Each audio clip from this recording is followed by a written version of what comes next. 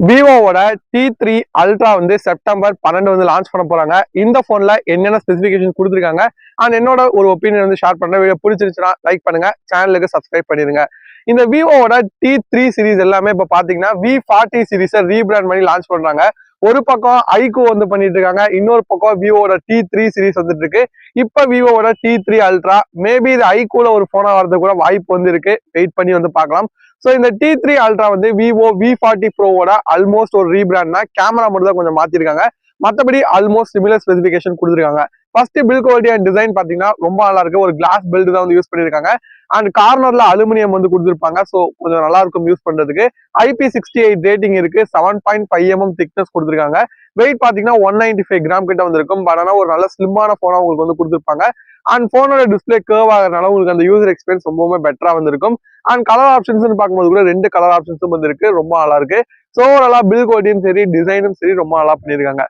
Next இந்த போனோட display experience 6.7 இன்ச்சுக்கான சூப்பர் AMOLED டிஸ்பிளே கொடுத்துருக்காங்க. இதுக்கு 1.5K ரெசல்யூஷன் வந்து கொடுத்துருக்காங்க. 120 ஹெர்ட்ஸ் ரெஃப்ரெஷிங் ரேட் வந்து இருக்கு. 4500 ஹெர்ட்ஸ்க்கான மேக்ஸிமம் பிரைட்னஸ் வந்து யூஸ் பண்ணிருக்காங்க. அண்ட் ஸ்டீரியோ ஸ்பீக்கர்ஸும் இருக்கு. ஸோ இது வந்து ஒரு நல்ல மல்டிமீடியா இருக்க டிஸ்பிளே தான். இதுல வந்து பிரைட்னஸ்லேயே பெரிய இஷ்யூ இருக்காது. அண்ட் ஆடியோ குவாலிட்டி ரொம்ப நல்லா இருக்கும். அதே மாதிரி பெசில்ஸ் அந்த டிஸ்பிளே எக்ஸ்பீரியன்ஸே ஓவரால் பெட்டரா கொடுத்துருப்பாங்க. கர்வ் டிஸ்பிளேங்கிறதுனால அந்த மல்டிமீடியா எக்ஸ்பீரியன்ஸ் இன்னுமே பெட்டரா வந்து இருக்கும். ஸோ டிஸ்பிளேலையும் பெரிய குறை வந்து இல்லை. நெக்ஸ்ட் இந்த போன்ல யூஸ் பண்ணிருக்க பர்ஃபார்மன்ஸ் தான் இந்த செக்மெண்ட்லேயே ஒரு நல்ல விஷயம் சொல்லலாம். டிமென்சிட்டியோட 9200+ வந்து யூஸ் பண்ணிருக்காங்க. இது வந்து ஒரு 4 nm 5G ப்ராசர். இந்த சிப்செட் க்ளோஸ் டு நமக்கு வந்து ஃபிளாக்ஷிப் பர்ஃபார்மன்ஸ் தான். 1.6 மில்லியனுக்கான அன்டு ஸ்கோர் கிட்ட வந்து இருக்கும். ஸ்னாப் டிராகன்ல கம்பேர் பண்ணா 8 Gen 2 அளவுக்கு வந்து பர்ஃபார்மன்ஸ் இருக்கும். ஸோ கம்ப்ளீட்டா ஒரு ஃபிளாக்ஷிப் பர்ஃபார்மன்ஸ் தான். கண்டிப்பா இதுல நீங்க கேமிங் வந்து பிளே பண்ண முடியும். இன்டென்ஸான டாஸ்க்கும் வந்து யூஸ் பண்ணலாம். ஸோ ஒரு நல்ல ப்ராசஸ் சூஸ் பண்ணிருக்காங்க. அது போக இதுல பெருசா ஹீட்டிங் த்ராட்லிங் வந்து இருக்க மாதிரியும் தெரியல. ஓரளவு நார்மலா தான் வந்து இருக்கு. TSMC தான் அந்த ப்ராசரை மேனுஃபேக்சர் பண்றாங்க. இது வந்து ஒரு 4 nm ப்ராசர் தான். ஸோ பேட்டரி கன்சம்ஷனுக்குமே இந்த ப்ராசர் ரொம்ப பெட்டரா வந்திருக்கும். ஸோ ஓவரலா பர்ஃபார்மன்ஸை ரொம்ப நல்லா பண்ணிருக்காங்க. கேமிங்ல இருந்து டே டு டே யூசேஜ்ல இருந்து ஒரு ஓவரால் இன்டென்சிவ் டாஸ்கையுமே சூப்பரா ஹேண்டில் பண்ணக்கூடிய ஒரு ப்ராசர் தான். ஒரு நல்ல பர்ஃபார்மன்ஸ் வந்து இருக்கு. நெக்ஸ்ட் இந்த போனோட கேமரா V40 ப்ரோல இருந்து ஒரு வித்தியாசமான ஒரு விஷயம்னா கேமரா தான். இங்க வந்து பிரைமரி சென்சார் அதே 50 மெகாபிக்சல் சோனியோட IMX921 இதுக்கு OIS வந்திருக்கு. 4K 60 FPS வரைக்கும் மேக்ஸிமம் இந்த கேமரானால நம்ம ஷூட் பண்ணிக்க முடியும். ஒரு ஃபிளாக்ஷிப் லெவல் சென்சார், பிரைமரி ரொம்ப சூப்பரா வந்திருக்கும். உங்களுக்கு டே லைட் எல்லாத்துலயுமே போட்டோ வீடியோ எல்லாமே கிளியரா வந்திருக்கும். அண்ட் அடுத்தது 8 மெகாபிக்சல் அல்ட்ராவைட். நமக்கு V40 ப்ரோல 50 மெகாபிக்சல் இருக்கும். பட் இங்க வந்து 8 மெகாபிக்சல் தான். அது போக அங்க ஒரு டெலபோட்டோ சென்சார் இருக்கும். அதுவுமே இங்க வந்து கிடையாது.